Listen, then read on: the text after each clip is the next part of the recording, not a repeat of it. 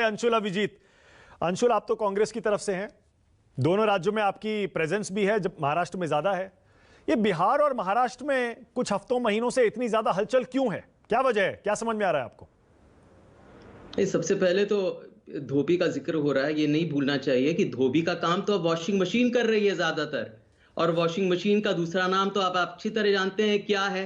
तो यही हो रहा है यहाँ पर, इस सारे मुल्क में यही हो रहा है। और भाजपा की फितरत भी यही है, तबीयत भी है यही है, खरीद फरोख्त की राजनीति भी यही है। महाराष्ट्र में तो सबसे पहले जब सरकार इस तरह की बदली तो हमने यही कहा कि वॉशिंग मशीन कभी तो रुकी तो थी नहीं, लेकिन दोबारा ये और तीव्र गति से ये चालू हो गई। और यहां पर बेईमानी, यहां पर ये भाजपा ये जानती है कि सियासत को बाजार में कैसे इसकी तब्दीली करनी है, यहां पर कैसे लोगों को खरीदना है, यहां पर बिक्री कैसे करनी है, और यहां पर चाहती है कि यहां पर कोई स्थायी सरकार इस तरह से रही नहीं कहीं। बिहार में भी यही प्रयत्न है। देखिए, बिहार में मैं बताता हूं क्या हुआ। महाराष्ट्र की तो बात आपने बहुत कर ली, मैं बिहार की बात बताता हूं, मैं वहीं से आ रहा हूं। अभी कुछ दिन पहले 23 जुलाई को वहां पर एक सदाकत आश्रम जो कांग्रेस ऑफिस है, बड़ी बड़ी मीटिंग हुई कार्यकर्ताओं की। वहां पर राहुल गांधी जी भी आए, वहां पर खड़गे जी भी आए। उसके बाद नीतीश कुमार जी ने विपक्षी एकता की जो मीटिंग की थी उसके बाद हुई।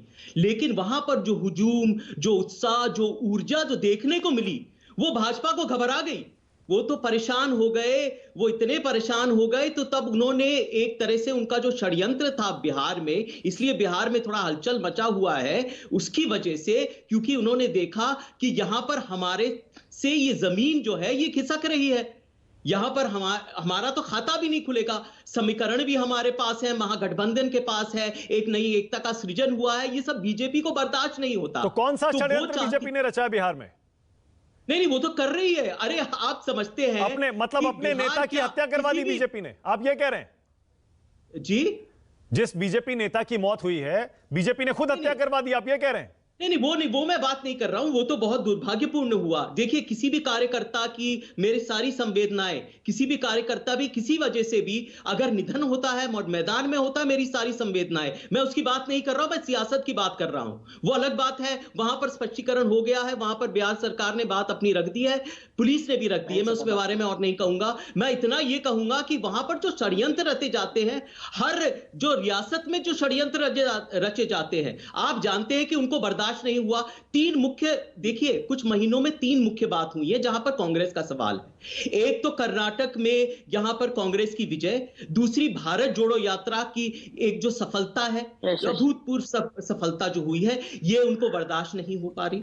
और यहां पर जो बिहार में जो एक नई एकता की जो पैदाइश हुई है, ये भी उनको बर्दाश्त नहीं। पर साजिश आप बता नहीं रहे, क्या साजिश है बीजेपी की? क्या पार्टियों को तोड़ने की कोशिश बिहार में भी कर रही है क्या बीजेपी? खुलकर बताइए। आप तो अच्छी तरह जानते हैं ये कभी रुकी है। स्थायी सरकार तो ये कभी चाहती ही नहीं, शासन से इसको तो कोई मतलब नहीं। और मुझे तो जो माननीय देवेंद्र फडणवीस की बात बड़ी थोड़ी सी विचित्र लगी, जब उन्होंने कहा कि हमसे एक से एक इमोशनल जज्बाती संबंध है और दूसरे से सियासत का। तो भाजपा तो सियासत के बारे में ही सोचती है, किसी चीज में संवेदनशीलता, इमोशनैलिटी या जज्बात तो है ही नहीं। तभी तो मणिपुर को आके हवाले कर दिया और प्रधानमंत्री ने एक शब्द नहीं कहा। संवेदनशीलता हो कहते हैं इसको, इमोशनैलिटी इसको कहते हैं। और आपको याद होगा जब ऑक्सीजन की किल्लत थी तो प्रधानमंत्री थी 1 महीने तक चुप गए थे, ऐसी बात है। तो जज्बात की आप बात करते हैं। ओके, ऑलराइट, एक सेकंड अंशुल अभिजीत।